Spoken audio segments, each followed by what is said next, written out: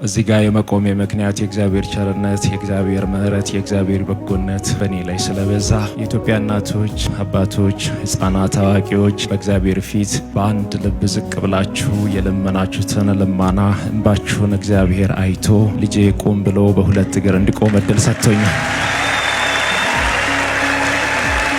ሕክምና ላይ ያለው ከጎኔ የነበራችሁ ስትጸልዩልኝ የነበራችሁ የሌላ እምነት የሃይማኖት አባቶች እስካለሁበት ድረስ እየመጣችሁ በቤታችሁ ላይ ሆናችሁ ተንበርክካችሁ በእግዚአብሔር ፊት ስታነቡ የነበራችሁ ወዳጆቼ፣ ወገኖቼ እኔ የማቃችሁም የማላቃችሁም እግዚአብሔር ዛሬ በእንደዚህ አይነት ሁኔታ ቆሜ እሱን እንዲያመሰግን ያገዘኝ የእናንተን ጸሎት፣ የእናንተን ልመና፣ የእናንተን እንባ አይቶ ነው።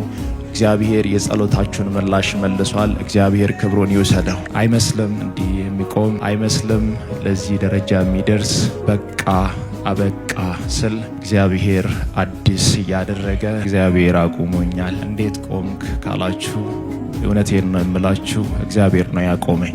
በራሴ ጥበብ፣ በራሴ ኃይል፣ በራሴ ጉልበት የቆምኩ ሰው አይደለሁም። ያቆመኝ፣ የደገፈኝ፣ ያበረተኝ እግዚአብሔር አምላክ ነው። የቀረውንም የሚፈውስ አጥንትን በአጥንቱ የሚቀይር ደምን በደሙ የሚቀይር እሱ ነው። ይህ ዓመት ለእኔና ለቅርብ ወዳጆቼ እጅግ በጣም ከባድ ፈተና የበዛበት ዓመት ነበር። እግዚአብሔርን ጠየቃችሁት፣ እግዚአብሔር ደግሞ ለጸሎታችሁ ምላሽ ሰጣ።